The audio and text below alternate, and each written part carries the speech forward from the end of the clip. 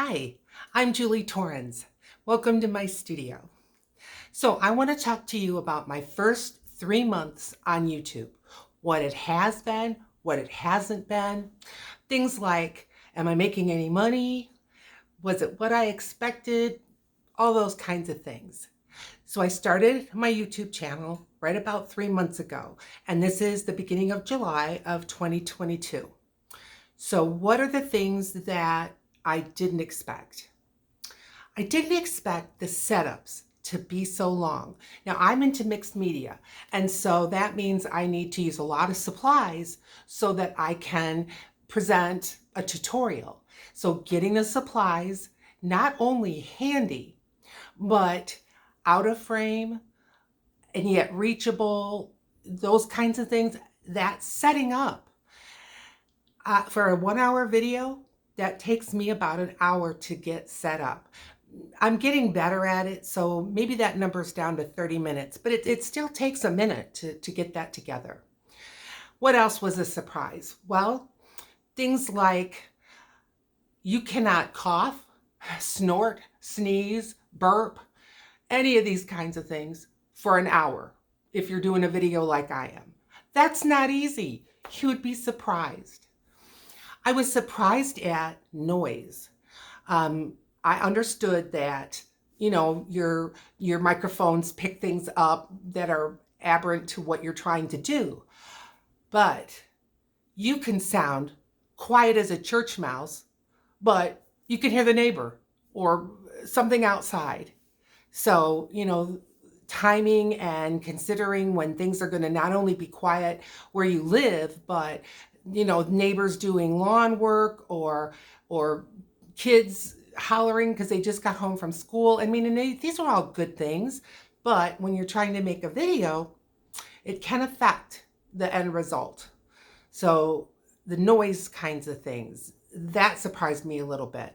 I guess the one that hits me most is things like right now, I'm wondering, is my air conditioning going to kick on? Because if it does, y'all going to hear it. So, some of these things are just a part of life, but you do try to not have it in your videos. Then what you don't realize is now you have to edit. So you need to review the filming, and then you have to decide what you can take out. I am not good at this. What surprised me is the videos that are out there, not only on YouTube, but on things like Skillshare. They assume you know a lot more than maybe you know. They'll just say things like, okay, so you've already uploaded your videos from your camera to the computer. So, no, I haven't. Okay, then they'll say, all right, well, upload those videos. I need to know how, here's my camera, here's the cord. Which one of these things do I put this end of the cord in? What part of my computer do I put that in?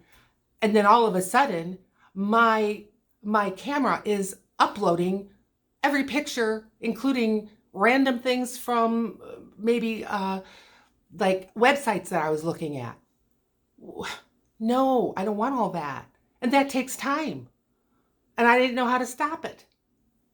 So I need that really beginning tutorial so that I can upload onto some editing software.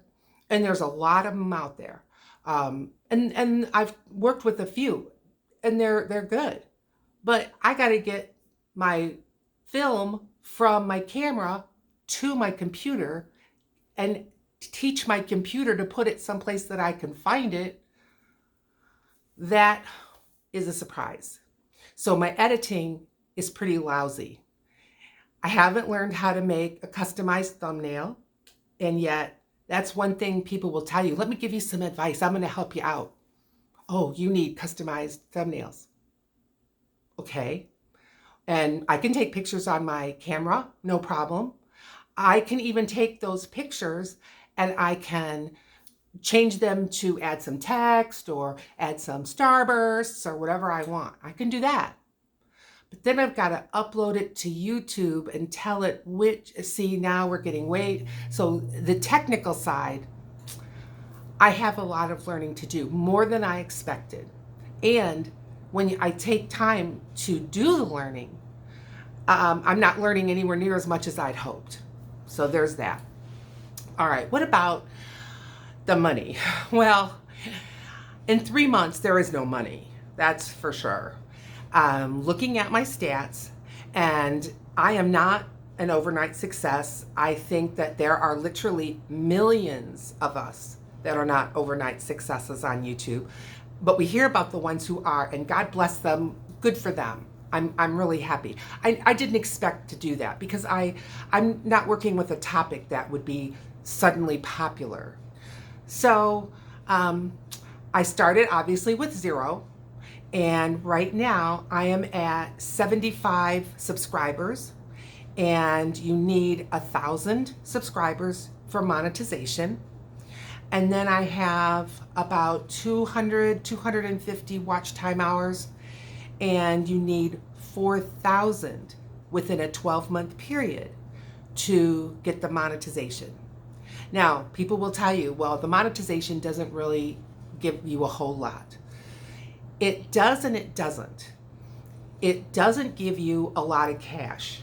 Simply getting a YouTube channel for most of us to be monetized is going to open up other gates where you can do things like add merch to your site, get a community, which that would be so great if I could get a community tab, but I don't have that. You go to my channel and you go across the top and you're going to see things like home, videos. You're not going to see a community tab.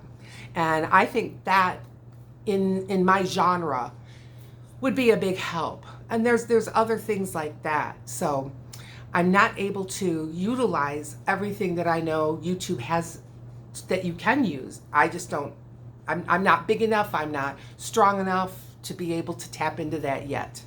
I do say yet because I'm not giving up on this. Look at it this way. I'm 63 years old today. At the rate I'm going, we're looking at 3 years before I'm going to hit some of these bigger milestones, okay?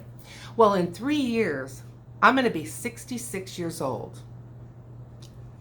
In 3 years, I could be 66 years old with a much more grown YouTube channel to keep going with, or I could turn 66 years old and not have that. Do you see what I mean? 66 is going to come. So whether I'm going to have a thriving YouTube channel, and I don't know that it'll be thriving, but it'll certainly be bigger than it is, I'd like to think. Or I just could be starting from 0. I don't know. So I am okay with the fact that it's going to take time. It definitely is going to take time. There's a lot of competition in YouTube as a whole, but if you really broadcast what you're doing, for instance, I get as many hits from YouTube itself as I do from my Facebook feed. And I do not post every video on my Facebook. People don't want to see that over and over. I don't want to see that over and over. But I do put maybe every other. So how many is that? Well, how did I get started? There's a thing called an orbit. And an orbit is when you start your YouTube channel and for 365 days, you post a video. Christmas, your birthday, whatever, you're going to be posting. Now, you can go ahead and schedule ahead so that you're not literally sitting at the camera doing that. However, working ahead takes more time than I thought it would. Why? Well, like I told you, this setup, then clean up, then reset up, that takes time. Reviewing each video.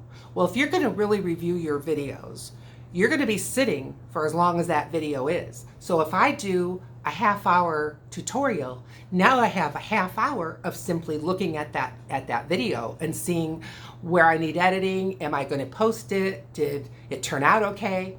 I did a whole video where what I was showing was not only not in the middle, it wasn't on at all.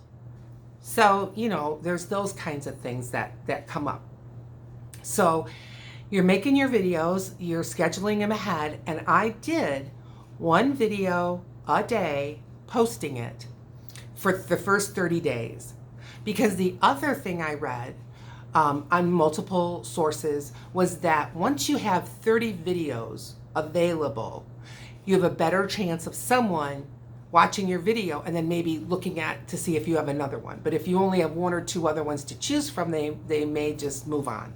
And I have to admit, I've done that kind of thing myself. So you want that 30 videos to get you started.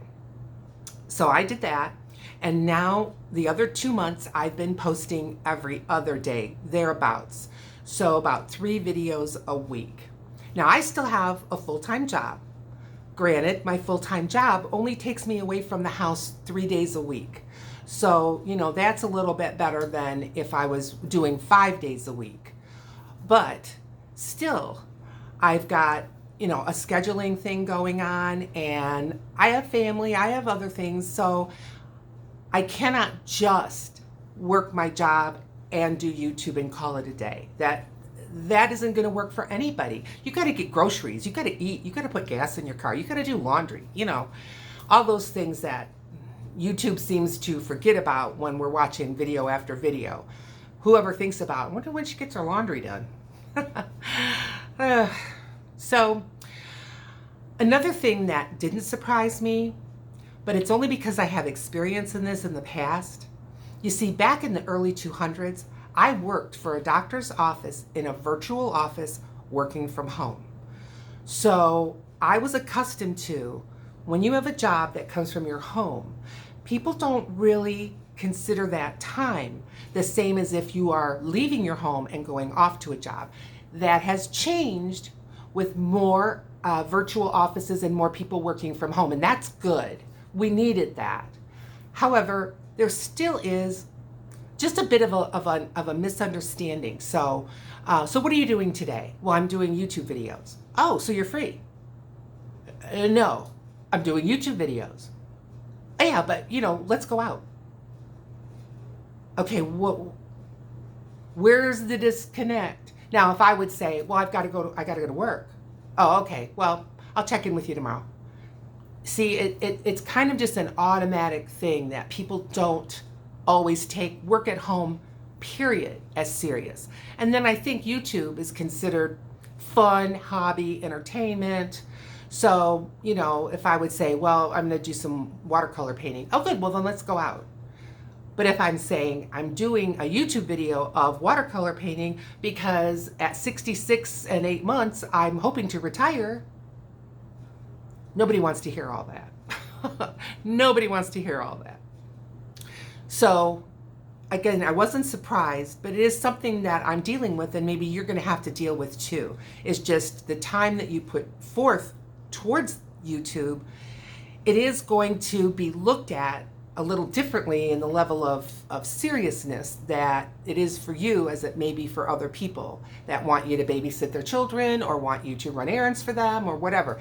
And I do those things, and please don't misunderstand. I want to do those things, and that goes into what I was telling you. There's things I want to do besides work on YouTube.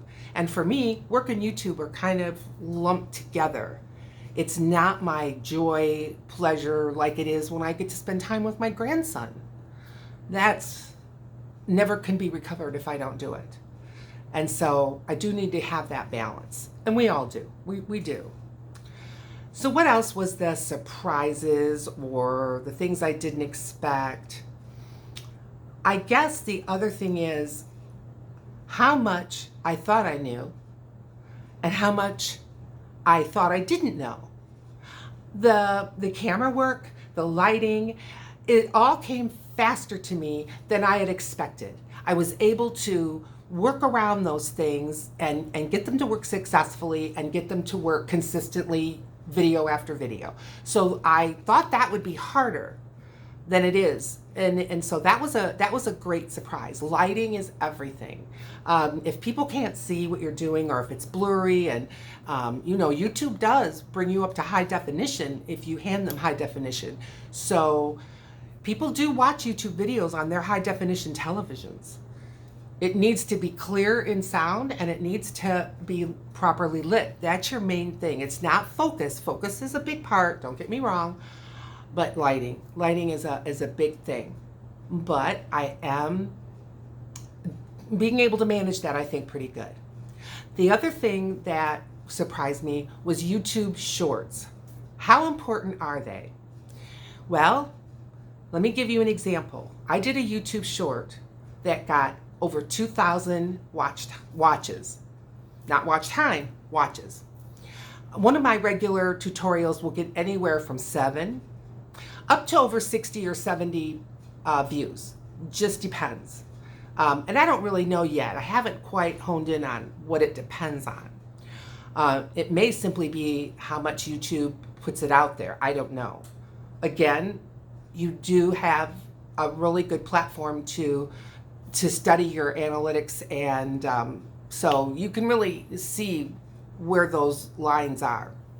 But the shorts, I can see this is a way that YouTube really wants to get ahead of some other platforms that also have shorts.